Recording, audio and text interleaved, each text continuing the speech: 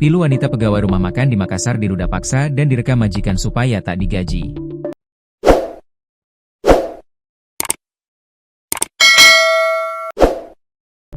Sebuah kisah pilu wanita pegawai rumah makan inisial KA, 22, diperkosa dan direkam oleh majikan di Makassar.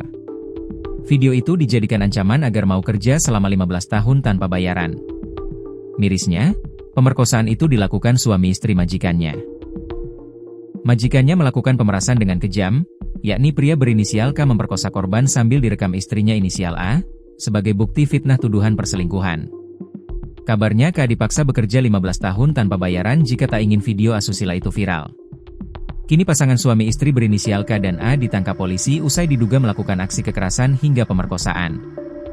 Bahkan aksi pemerkosaan tersebut direkam keduanya hingga membuat korban sangat trauma.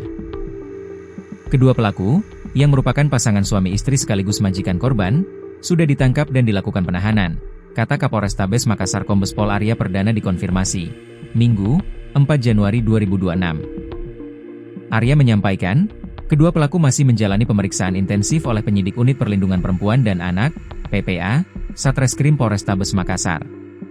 Saat ini masih menjalani pemeriksaan intensif, ungkap Arya.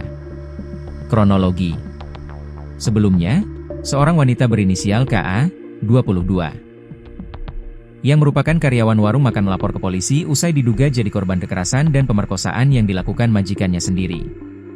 Peristiwa miris dialami KA itu terjadi di kediaman majikannya yang terletak di salah satu komplek perumahan di Kecamatan Tamalate, Kota Makassar, Sulawesi Selatan, Sulsel, pada Jumat, 2 Januari 2026. Pendamping hukum korban yakni Alita Karen menyampaikan, peristiwa miris itu bermula saat korban diajak oleh pelaku A ke rumahnya.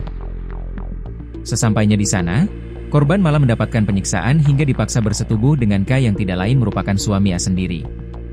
Aksi itu bahkan direkam menggunakan ponsel. Selain disiksa, korban juga disekap beberapa jam di kediaman majikannya itu. Alita menyebut, korban mendapatkan perlakuan tersebut karena dituduh telah berselingkuh dengan K. Korban hanya bilang, dia disekap kemudian disuruh bersetubuh. Bos perempuannya, A, menganggap korban ini berselingkuh sama suaminya, jelas Alita. Berikut adalah 10 fakta dari berita mengenai kasus tragis yang menimpa seorang pegawai rumah makan di Makassar. 1. Identitas korban dan pelaku. Korban dalam kasus ini adalah seorang wanita berinisial As yang bekerja sebagai karyawan di sebuah rumah makan di Kota Makassar.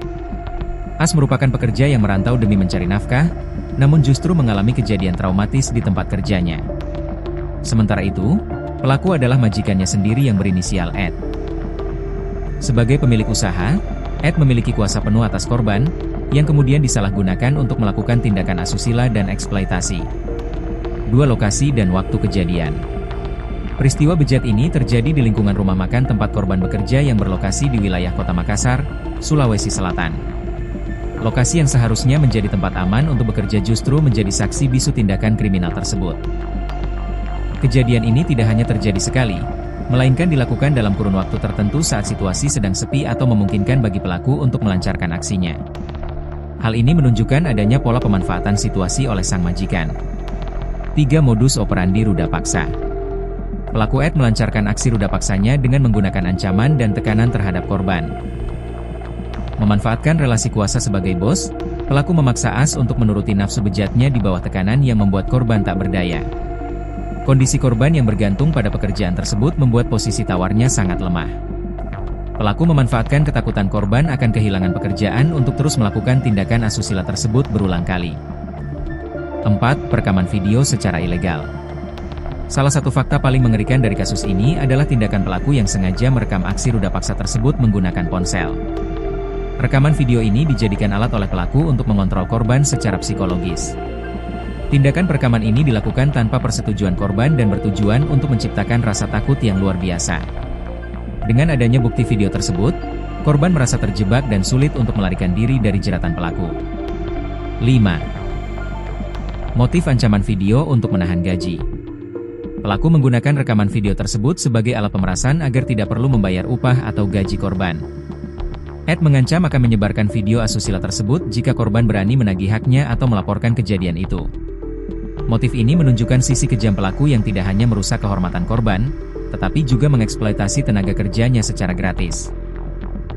Korban dipaksa bekerja di bawah bayang-bayang ancaman penyebaran aib demi keuntungan finansial pelaku. 6. Dampak psikologis pada korban. Akibat perlakuan biadab tersebut, korban As mengalami trauma psikologis yang sangat mendalam. Ia berada dalam kondisi ketakutan yang terus-menerus karena adanya ancaman video yang sewaktu-waktu bisa disebarkan oleh majikannya. Selain beban fisik, beban mental karena tidak mendapatkan gaji selama bekerja menambah penderitaan korban.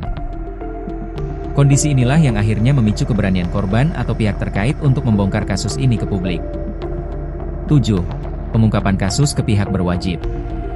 Kasus ini akhirnya terungkap setelah adanya laporan yang masuk ke pihak kepolisian mengenai tindakan kekerasan seksual dan pengancaman.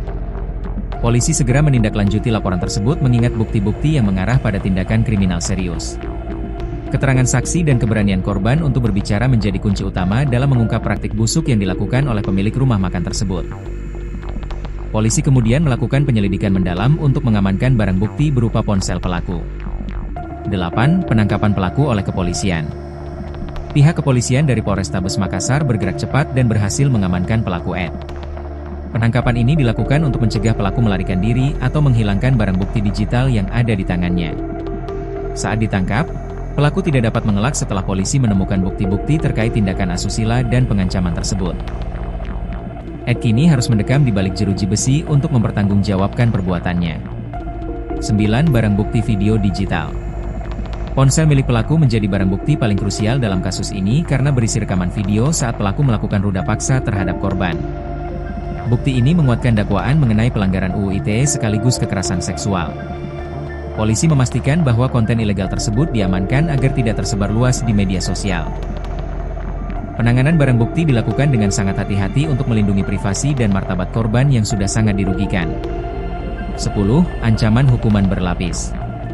Pelaku E terancam jeratan pasal berlapis, mulai dari pasal tentang kekerasan seksual hingga pasal terkait pengancaman dan pelanggaran UU ITE.